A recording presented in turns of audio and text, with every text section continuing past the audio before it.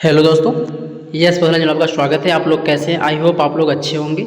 आज हम बात करने वाले हैं प्रीवियस लैब टेक्नीशियन का क्वेश्चन पेपर देखेंगे, जो कि इसका क्वेश्चन पेपर है जो इसमें 150 क्वेश्चन है टोटल। तो इसमें हम 51 से क्वेश्चन स्टार्ट करेंगे, जो कि इसमें से जो इसके पहले 50 क्वेश्चन था इसमें जनरल नॉलेज ये सब था, तो उसका हम डिस्कस नहीं करेंगे। 51 से जो अपने सब्जेक्ट से रिलेटेड है, BMLT या DMLT या MMLT से रिलेटेड, उसके हम क्वेश्चन देखते हैं लैब से रिलेटेड जो है। तो 51 पे क्वेश्चन हम स्टार्ट करते हैं। 51 से क्वेश्चन हम 50 क्वेश्चन देखेंगे, इसके बाद 50 क्वेश्चन के नेक्स्ट वीडियो में हम देखेंगे, जो हमारे प्रीवियस क्वेश्चन पेपर है ये। तो इसमें 51 पे क्वेश्चन पूछ रहा है, alkaline peptone water is an enrichment and transport medium for. जो हमारे एल्कलाइन पेप्टोन वाटर है वो किसको ट्रांसपोर्ट करने के लिए हम यूज करते हैं, मीडिया का यूज करते हैं, ट्रांसपोर्ट मीडियम हम यूज करते हैं। ये किस बैक्टीरिया के लिए, किस बैक्टीरिया के लिए कि हम एल्कलाइन पेप्टोन वाटर जो है हम यूज करते हैं ट्रांसपोर्ट मीडिया के लिए। इसमें ऑप्शन में है ई कोलाई, साल्मोनेला स्पीसीज का, हेमोफिलस इन्फ्लुएंजा, विब्रियो कॉलेरा। तो राइट आंसर जो हमारा हो जाएगा विब्रियो कॉलेरा। विब्रियो कॉलेरा के लिए हम पेप्टोन वाटर जो ट्रांसपोर्ट मीडियम हम यूज करते हैं, राइट आंसर हमारा क्या हो जाए विब्रियो कॉलेरा। 52 का क्वेश्चन है, which of the following antibody can cross the placenta. इसमें से कौन सा एंटीबॉडी है जो कि प्लेसेंटा को क्रॉस कर जाता है? तो आप लोग सभी लोग जानते हैं IgG जो है एंटीबॉडी जो है जो कि प्लेसेंटा को क्रॉस कर जाता है। IgM जो है एंटीबॉडी ऐसा है जो कि प्लेसेंटा को क्रॉस नहीं कर पाता। ये बहुत ज़्यादातर अगर हम क्वेश्चन पूछा जाता है तो IgM के बारे में पूछा था। IgM जो हमारा पेंटामर होता है, या तो पेंटामर पूछ लेगा या पूछ लेगा कि हमारा कौन सा एंटीबॉडी जो है प्लेसेंटा को क्रॉस नहीं कर पाता, या तो कौन सा क्रॉस कर जाता है। तो IgG जो एंटीबॉडी जो है प्लेसेंटा को क्रॉस कर जाता है, और IgM जो एंटीबॉडी है प्लेसेंटा को क्रॉस नहीं कर पाता। ये जो हमारे एंटीबॉडी हैं ये हमारे प्लेसेंटा को क्रॉस नहीं कर पाते, और IgG जो हमारा एंटीबॉडी है प्लेसेंटा को क्रॉस कर जाता है। नेक्स्ट क्वेश्चन पूछ रहा है कि in rheumatoid arthritis testing using latex agglutination latex reagent contain. जो अब हम रूमेटॉइड अर्थराइटिस जो हम टेस्ट करते हैं उसमें लेटेक्स एग्लूटिनेशन जो होता है उसमें हम जो रिएजेंट यूज करते हैं उसमें रिएजेंट में क्या होता है, किसका कंटेन होता है? तो इसमें ऑप्शन जो हमारा ये है, करेक्ट आंसर है polystyrene latex particles coated with human IgG। ये हमारा कंटेन होता है रिएजेंट में। अगले क्वेश्चन पूछ रहा है कि which bacteria cause Waterhouse Friderichsen syndrome. जो हमारा फ्राइसेंसियम सिंड्रोम है, वाटर हाउस जो हमारा है फ्राइसेंसियम सिंड्रोम जो हमारा है कौन सा कॉज करता है? इसमें ऑप्शन में है नाइजीरिया मेनिंजाइटिस, स्ट्रेप्टोकोकस न्यूमोनी, इंट्रोबियस फेसिलिसिस हमारा फेकेसिलिस है, स्ट्रेप्टोकोकस हमारा जो पायोजेंस है। तो इसमें से राइट आंसर हमारा जो हो जाएगा ये हो जाए नाइजीरिया मेनिंजाइटिस जो हमारा है कॉज करता है हमारा वाटर फ्राइसेंसियम सिंड्रोम जो कॉज करता है हमारा क्या, नाइजीरिया मेनिंजाइटिस कॉज करता है। अगर हम इस सिंड्रोम के बारे में बात करेंगे, ये सिंड्रोम क्या होता है? तो ये सिंड्रोम है जो कि ब्लड वेसल्स जो हमारे होते हैं, एड्रिनल जो ग्लैंड है, ब्लड वेसल्स जो होते हैं एड्रिनल ग्लैंड का, उसको रप्चर कर देता है। जब सीवियर बैक्टीरियल इन्फेक्शन होता है तो उससे वाटर हाउस फ्राइसेंसियम सिंड्रोम हो जाता है। तो राइट आंसर हमारा क्या हो जाएगा नाइजीरिया मेनिंजाइटिस। जो बैक्टीरिया कॉज करता है उसका नाम है नाइजीरिया मेनिंजाइटिस। तो मेनिंजाइटिस जो हमारा होता है कॉज करता है वाटर हाउस जो हमारा सिंड्रोम है वो।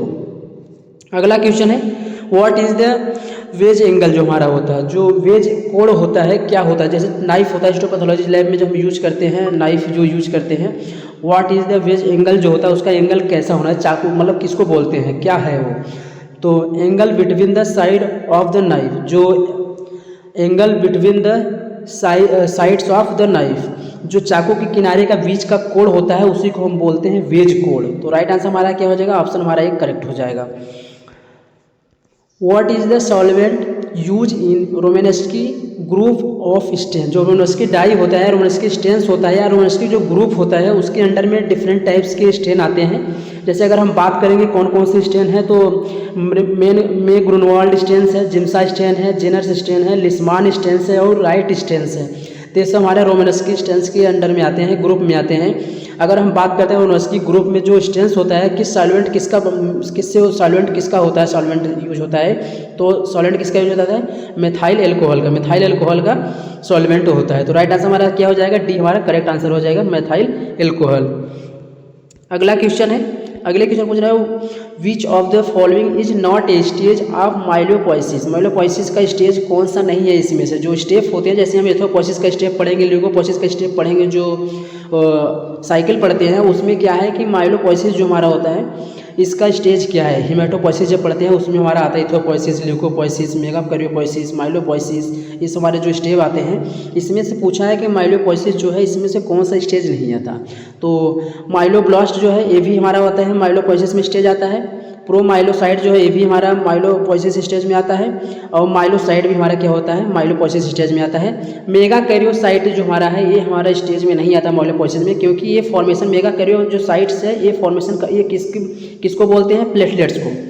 मेगाकैरियोसाइट जो है इसको प्लेटलेट्स को बोलते हैं। और जो हमारा माइलोपोइसिस है ये न्यूट्रोफिल का जो हमारा स्टेज है न्यूट्रोफिल्स का है। तो न्यूट्रोफिल्स का स्टेज ए, बी और सी है, डी जो है प्लेटलेट्स का स्टेज है, इसलिए हमारा राइट आंसर जो हमारा हो जाएगा डी ऑप्शन करेक्ट हो जाएगा। अगला क्वेश्चन है, अगले क्वेश्चन पूछ रहा है कि इम्यूनोग्लोबुलिन आईजीजी जो आईजीएम हमारा होता है, हाफ लाइफ है इम्यूनोग्लोबुलिन आईजीएम का हाफ लाइफ जो होता है इम्यूनोग्लोबुलिन का कितना दिन होता है, तो 5 डेज होता है। कहीं कहीं अगर आपको देखने को अगर मिल गया 5 to 10 डेज तो आपको 5 to 10 डेज पे क्लिक करना है। अगर 5 डेज है 10 डेज है तो आपको 5 डेज पे मार्किंग करना है। करेक्ट आंसर हमारा क्या हो जाएगा 5 डेज। अगर 5 to 10 डेज है कहीं पे अगर ऑप्शन में आया हुआ है तो 5 to 10 डेज पे आप लोग मार्क करेंगे।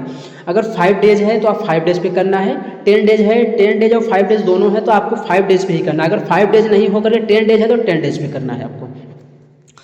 अगला क्वेश्चन है कि what are the criteria for good decalcification. Decalcification जैसे हम हिस्टोपैथोलॉजी में यूज करते हैं, हिस्टोपैथोलॉजी में हम टिश्यू प्रोसेसिंग पढ़ेंगे तो उसमें हमारे डिफरेंट टाइप होता है कि डीकैल्सिफिकेशन, क्लियरिंग एजेंट जो हमारा हो गया, ये सब क्लियरिंग हो गया, वो डिफरेंट टाइप हमारे जो प्रोसेस होते हैं वो हिस्टोपैथोलॉजी में। इसमें पूछा है डीकैल्सिफिकेशन के लिए गुड जो क्राइटेरिया है क्या है, तो इसमें है डैमेज टिश्यू, सेल और फाइबर्स। ये भी हमारा रॉन्ग हो जाएगा, मतलब हम ऐसा नहीं चाहेंगे जो डीकैल्सिफिकेशन हम करें जो हम टिश्यू है वो डैमेज हो जाए, फाइबर्स डैमेज हो जाए। स्लो डीकैल्सिफिकेशन वो भी हमारा नहीं है, हमें कम्प्लीटली मतलब अच्छे से डीकैल्सिफिकेशन हो जाना चाहिए। Completely remove calcium from tissue, तो हमारा राइट आंसर क्या हो जाएगा सी करेक्ट आंसर हमारा हो जाएगा। अगर गुड डीकैल्सिफिकेशन क्राइटेरिया हम देखेंगे तो कंप्लीटली क्या होगा, रिमूव होना चाहिए कैल्शियम फ्रॉम टिश्यू जिसके टिश्यू से हम डीकैल्सिफाई कर रहे हैं जिस टिश्यू का, उस टिश्यू में से कंप्लीटली रिमूव होना चाहिए कैल्शियम। तो राइट आंसर हमारा क्या हो जाएगा सी हमारा करेक्ट हो जाएगा। नेक्स्ट क्वेश्चन पूछ रहा है what is the gauge of the needle commonly use for when puncture. When puncture जब हम सैंपल कलेक्शन करते हैं वो जो नीडल होता है उसका गेज कितना होना चाहिए, नॉर्मली कितना होना चाहिए कॉमन, तो 21 गेज का होना चाहिए। राइट आंसर हमारा क्या हो जाएगा 21 गेज का होना चाहिए। अगला क्वेश्चन है which of the following is commonly use as a clearing agent in the tissue processing. Tissue processing जब हम करते हैं उसमें क्लियरिंग एजेंट जो हम यूज करते हैं कॉमनली, कौन सा कॉमनली हमारा जो है क्लियरिंग एजेंट है, तो आप सभी लोग जानते हैं जाइलिन हमारा है, कॉमन सभी है जाइलिन है। और फिर डिफरेंट टाइप्स के हमारे जो क्लियरिंग एजेंट होते हैं वो भी हैं, लेकिन जो कॉमन हमारा यूज करते हैं वो जाइलिन यूज करते हैं। और क्लियरिंग एजेंट की हम बात करेंगे क्लोरोफॉर्म भी हम यूज करते हैं, टोलिन भी यूज करते हैं, बेंजीन भी हम यूज करते हैं। फॉर्मेलिन जो होता है फिजेटिव के लिए हो गया, पैराफिन जो हमारा हो गया क्या हो गया पैराफिन वैक्स जो हम बनाते हैं सेक्शन कटिंग के लिए, उसके लिए हमारा पैराफिन वैक्स हो गया। अगला क्वेश्चन है, अगले क्वेश्चन पूछ रहा है what is the generation time of mycobacterial leprae. जो लेप्री होती है, लेप्रोसी जो होता है उसका जनरेशन टाइम कितना होता है 20 डेज होता है। सबसे ज़्यादा टाइम होता है इसका माइकोबैक्टीरियल ट्यूबरकुलोसिस का या माइकोबैक्टीरियल लेप्रोसी जो होता है, इसका जो जनरेशन टाइम है सबसे ज़्यादा बैक्टीरिया में सबसे ज़्यादा टाइम होता है 20 डेज होता है। तो राइट आंसर क्या हो जाएगा 20 डेज।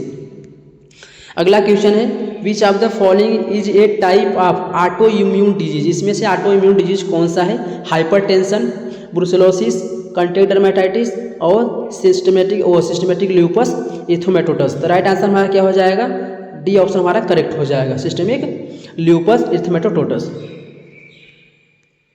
अगला क्वेश्चन है, अगले क्वेश्चन पूछ रहा है कि which type of bacteria is deficient with a cell wall has no stable shape. इसमें से कौन सा ऐसा जीवाणु है जिसकी कोशिका भित्ति का अभाव होता है, इसका कोई स्थिर आकार नहीं होता। इसमें ऑप्शन में है कोकाई, बैसिलस, माइकोप्लाज्मा, स्पाइरोचेट्स। तो राइट आंसर हमारा क्या हो जाएगा माइकोप्लाज्मा। माइकोप्लाज्मा का जो कोशिका भित्ति का अभाव होता है, कोशिका भित्ति नहीं होता उस जीवाणु में, और इसका आकार भी स्थिर नहीं होता, फिक्स नहीं होता। तो हमारा क्या है माइकोप्लाज्मा हो गया। अगला क्वेश्चन है CSF फॉर्म्स कोवेग ऑन स्टैंडिंग, जो मस्तिष्क में जो हमारा द्रव है, जो हमारा CSF जिसको बोलते हैं सेरिब्रोस्पाइनल फ्लूइड जो हमारा है, निम्न में खड़े होने पर मकड़ी के जाले जैसा बनता है।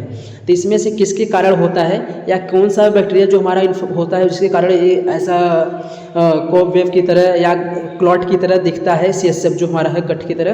तो इसमें से हमारा जो राइट आंसर हो जाएगा, तो राइट आंसर हमारा ट्यूबरकुलोसिस जो हमारा मेनिंजाइटिस है, इसके कारण हमारा होता है जो कोवेव की तरह वो दिखता है, मकड़ी के जाले जैसा बनता है। क्या होगा, ट्यूबरकुलोसिस मेनिंजाइटिस। राइट आंसर हमारा सी करेक्ट आंसर हो गया। अगला क्वेश्चन है, अगले क्वेश्चन है which of the following media is use for the differentiate lactose fermenters और नॉन लैक्टोज फर्मेंटेज फ्रॉम। इसमें से कौन सा ऐसा मीडिया है जिससे हम यूज करते हैं कि हमारा जो लैक्टोज फर्मेंटेज मीडिया हमारा है या नॉन लैक्टोज फर्मेंटेशन अलग हम करते हैं, डिफरेंशिएट करते हैं लैक्टोज फर्मेंटिंग और नॉन लैक्टोज फर्मेंटिंग। इसमें ऑप्शन में है ब्लड अगार, टेलोराइड अगार और हमारा मैनिटोल सॉल्ट अगार है, मैकोंकी अगार। तो मैकोंकी अगार हम यूज करते हैं डिफरेंशिएट करने के लिए लैक्टोज फर्मेंटिंग और नॉन लैक्टोज फर्मेंटिंग। अगर हम बात करेंगे ये लैक्टोज फर्मेंटिंग और नॉन लैक्टोज फर्मेंटिंग में, तो मैकोंकी अगार जो लैक्टोज फर्मेंटिंग जो होता है उसका पिंक कलर का देता है, वो कलर देता है कैसा, पिंक कलर का देता है। और लैक्टोज नॉन फर्मेंटिंग जो होता है वो कलरलेस है, व्हाइट कलर का देता है, या ट्रांसपेरेंट जो है कॉलोनी जो उसका आएगा ट्रांसपेरेंट आएगा। और जो फर्मेंटेज है बैक्टीरिया, हमारे लैक्टोज फर्मेंटेज जो होते हैं बैक्टीरिया, वो हमारे कैसे होते हैं, पिंक कलर की कॉलोनी देते हैं। अगला क्वेश्चन है the melting point of paraffin wax use in histopathology laboratory. Histopathology laboratory में जो हम पैराफिन वैक्स यूज करते हैं उसका मेल्टिंग पॉइंट कितना होता है। तो ऑप्शन में हमारा जो है 160 डिग्री सेल्सियस, 160 डिग्री सेल्सियस 165 है, 57 डिग्री सेल्सियस से 58 डिग्री सेल्सियस है, 20 डिग्री सेल्सियस से लेकर 45 degree Celsius, 50 degree Celsius 15 degree Celsius से लेकर 48 डिग्री सेल्सियस। तो राइट आंसर हमारा क्या हो जाएगा, बी ऑप्शन करेक्ट हो जाएगा। जो हम पैराफिन वैक्स यूज करते हैं हिस्टोपैथोलॉजी लेबोरेटरी में, उसका मेल्टिंग पॉइंट जो होता है 57 डिग्री सेल्सियस से लेकर 58 डिग्री सेल्सियस होता है। अगला क्वेश्चन है, अगले क्वेश्चन पूछ रहा है कि ribosome in the cells are responsible for. जो राइबोसोम्स होता है कोशिका में, वो किसके लिए उत्तरदायी होता है। राइबोसोम इन द सेल और रिस्पॉन्सिबल फॉर, किसके लिए, राइबोसोम का क्या होता है, प्रोटीन सिंथेसिस करना है। राइट आंसर हमारा क्या हो जाएगा, प्रोटीन सिंथेसिस। जो सेल के अंदर हमारा जो राइबोसोम्स है, राइबोसोम्स का काम होता है कि प्रोटीन सिंथेसिस करना। तो राइट आंसर हमारा क्या हो जाएगा, प्रोटीन सिंथेसिस। अगला क्वेश्चन है, अगले क्वेश्चन पूछ रहा है कि which one of the following cells organelles is called the power house of cell. इस आप सभी लोग जानते हैं, जब आप 7, 8 में 9 में पढ़ रहे होंगे तभी से आप जानते हैं कि पावर हाउस ऑफ सेल किसको बोलते हैं, माइटोकॉन्ड्रिया को बोलते हैं। राइट आंसर क्या हो जाएगा, mitochondria. What is the purpose of Widal test. Widal test का पर्पज क्या होता है कि to diagnose tuberculosis, to detect HIV infection, to diagnose typhoid fever, या टू डिटरमाइन ब्लड टाइप। तो इसमें से जो हम पर्पज जो होता है विडाल टेस्ट का, सभी लोग जानते हैं, ये भी क्वेश्चन जानते होंगे। टू डायग्नोसिस टाइफाइड फीवर के डायग्नोसिस करने के लिए हम विडाल टेस्ट करते हैं।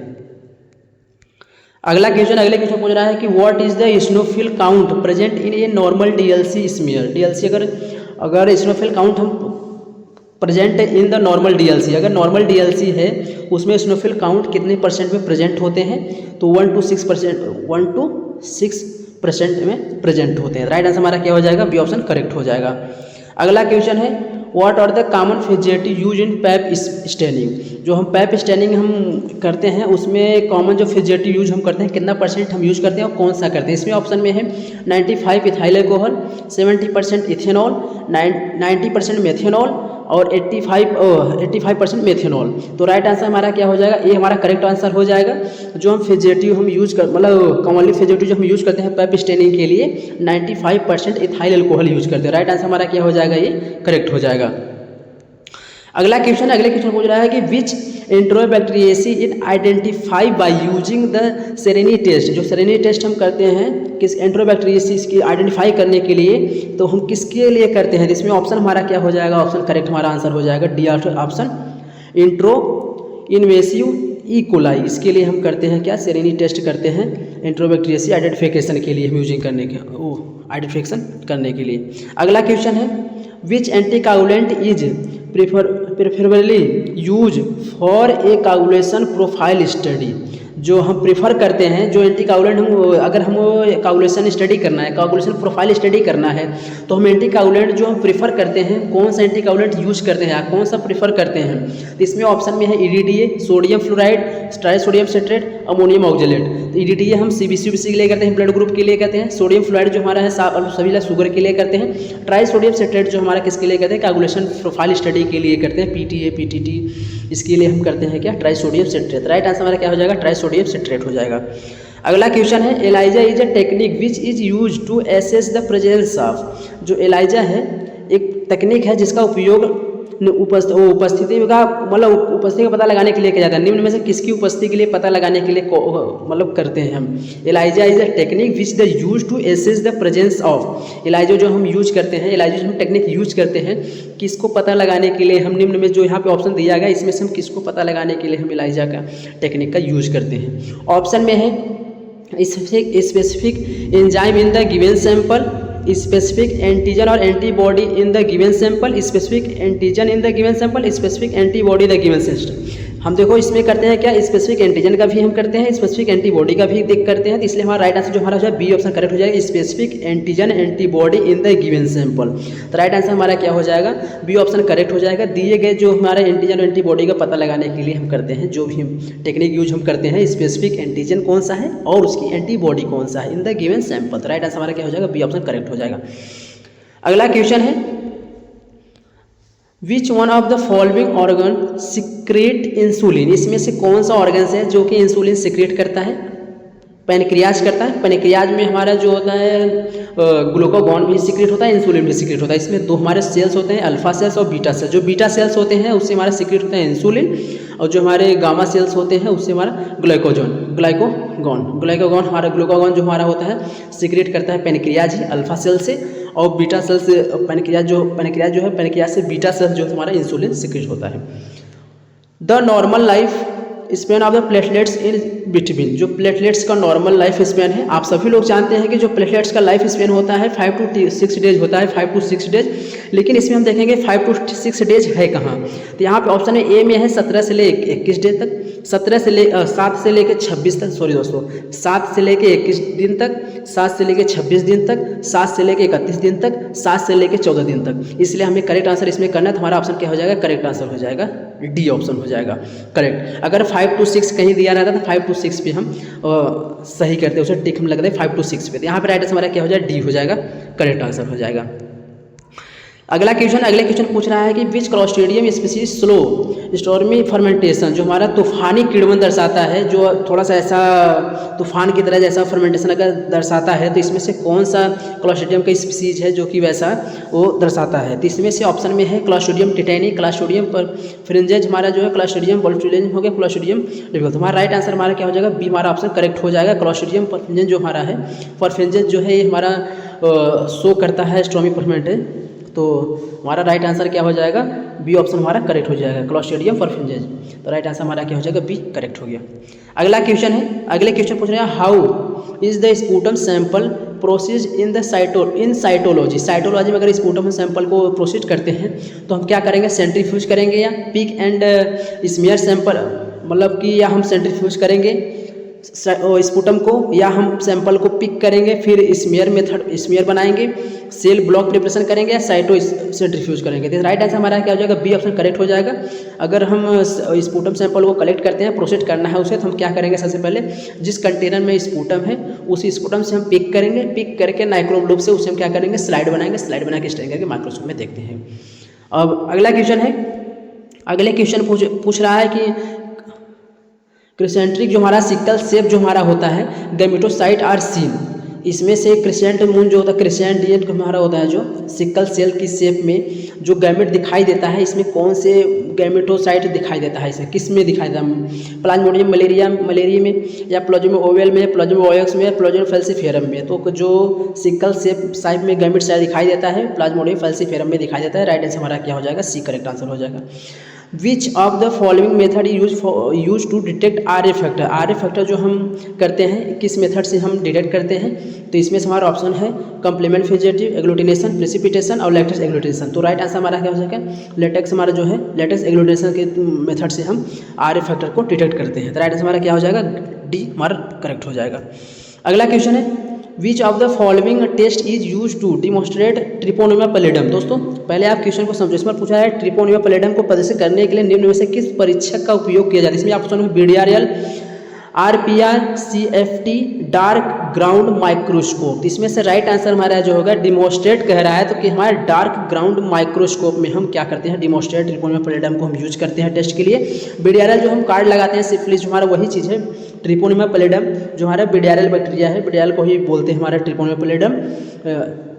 बीडियारल हमारा जो है या सिफिलिस जो बोलते हैं बीडियारल ही है, लेकिन हम इसमें हम पूछ रहा है कि use to demonstration Treponema pallidum किस में करते हैं, डार्क ग्राउंड माइक्रोस्कोप में करते हैं, डार्क ग्राउंड माइक्रोस्कोप में। इसमें क्या होता है, एक डायरेक्ट डिटेक्शन होता है, मेथड है जो को एग्जामिन्स करते हैं, जो लीजन्स फ्लूइड्स है ना उसे हम क्या करते हैं फॉर लाइव ट्रिपोनिमा पैलिडम स्पाइरोफिट जो हमारे जिंदा होते हैं, लाइव होते हैं, उसको हम देखते हैं डार्क ग्राउंड माइक्रोस्कोप में। अगला क्वेश्चन हमारा है कि which of the following bacteria cause enteric fever. इसमें से एंटेरिक फीवर के लिए हम बैक्टीरिया कौन सा हमारा है, ई कोलाई है, क्लेप्सिला हमारा निमोनी है, या प्रोटियस मिराबिलिस है, या साल्मोनेला टाइफाइड है। तो साल्मोनेला टाइफी जो हमारा हो गया क्या होगा, एंटेरिक फीवर होता है। राइट आंसर हमारा क्या हो जाएगा, डी ऑप्शन करेक्ट हो जाएगा, साल्मोनेला टाइफी। अगले क्वेश्चन में है कि osmotic fragility is increase in. Osmotic fragility जो होता है इंक्रीज कब होता है, ऑस्मोटिक नाजुकता निम्न में से कब बढ़ जाता है, हाइपरटेंशन में, डायबिटिक मेलाइटिस में, प्रेगनेंसी में, या हेरेडिटरी स्पायरोसाइटोसिस में। तो राइट आंसर हमारा क्या हो जाएगा, डी ऑप्शन करेक्ट हो जाएगा, हेरेडिटरी स्पायरोसाइटोसिस में हमारा क्या होता है, ऑस्मोटिक फ्रेजिलिटी क्या होता है, इंक्रीज हो जाता है। 85 क्वेश्चन है, which of the following lakhs immunogenicity and रिटेंस antigenicity. तो कौन सा है, मतलब निम्न में से किसमें प्रतिरक्षा जनकता का अभाव है लेकिन प्रतिजनकता बनी रहती है। तो इसमें ऑप्शन में हमारा क्या ऑप्शन करें, हेप्टेन हो जाएगा। राइट आंसर हमारा क्या हो जाएगा, हेप्टेन।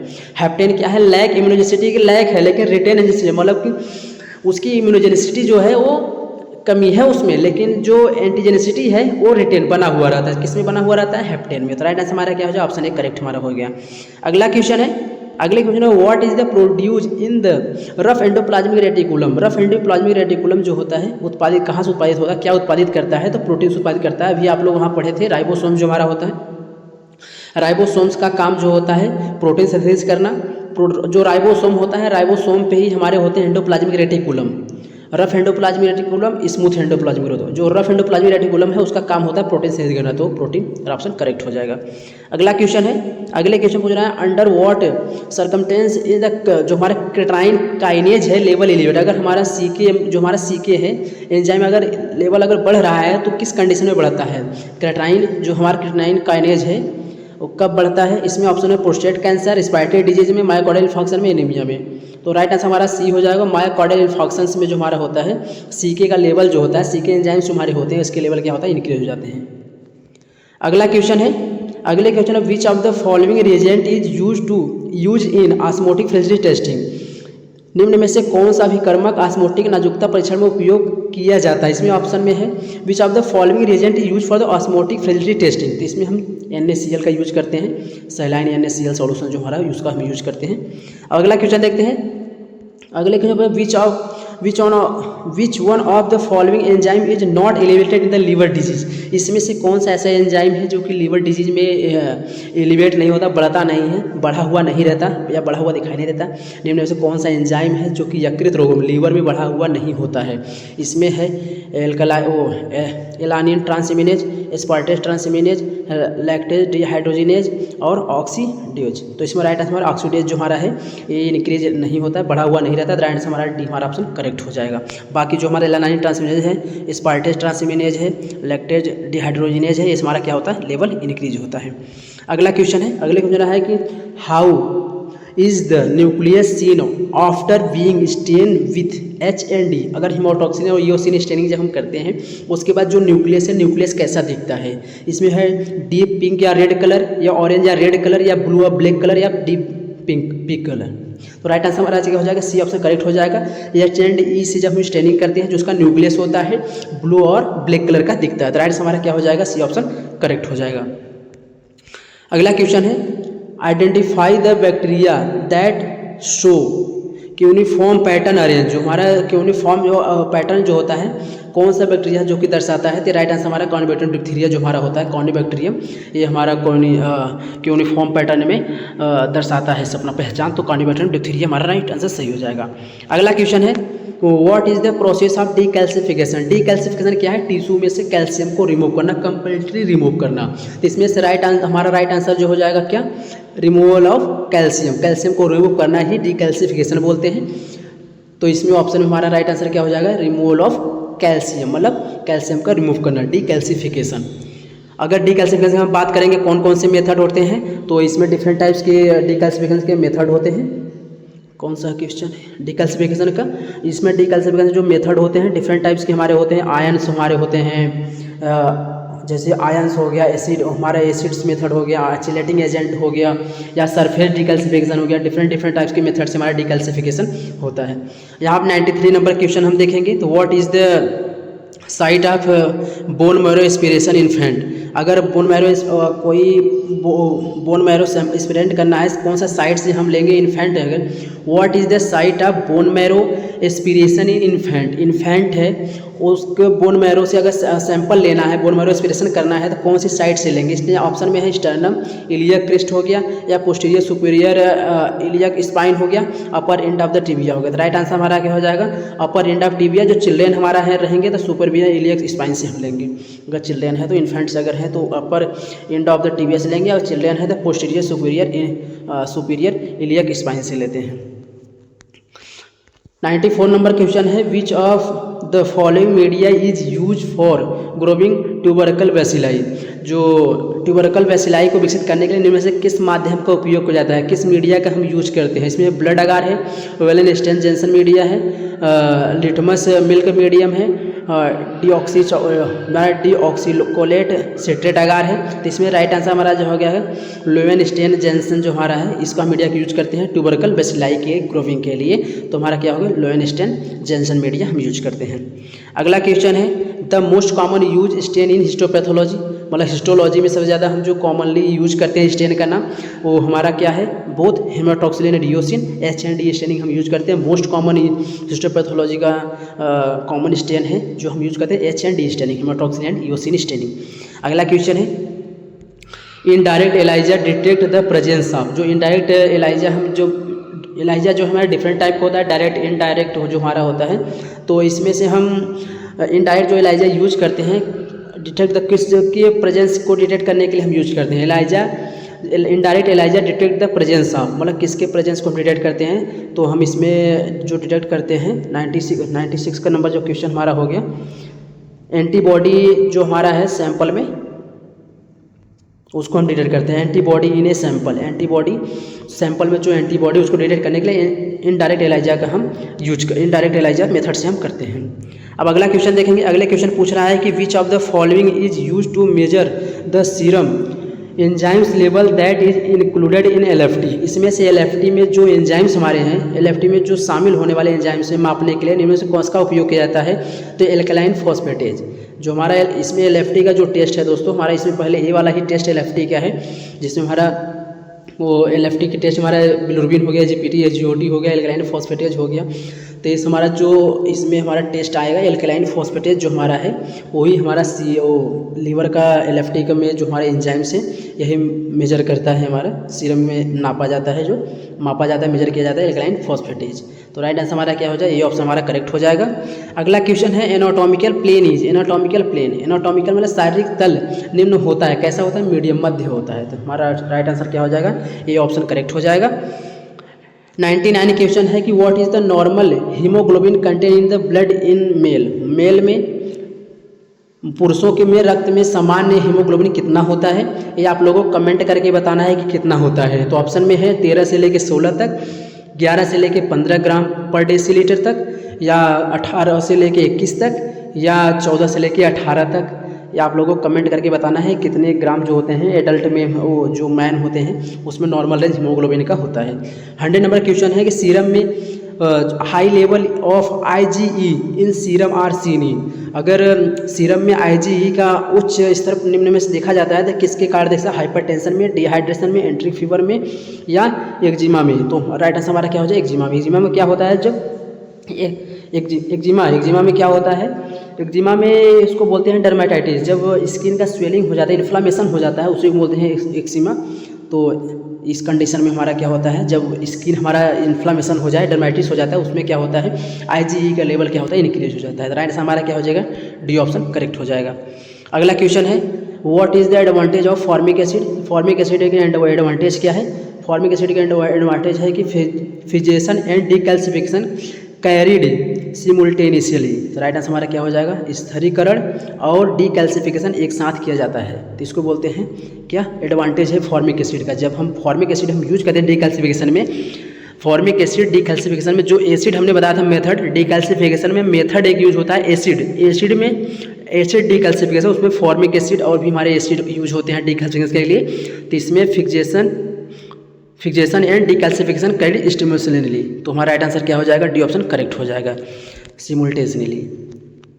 अगला क्वेश्चन है, अगले क्वेश्चन पूछ रहा है, which of the following test is perform to detect the presence of the RH antibody in the patient serum.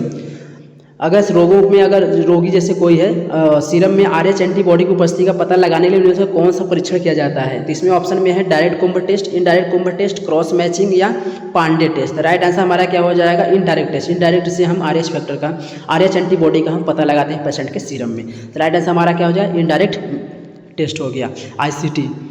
और the machine use for section cutting is called.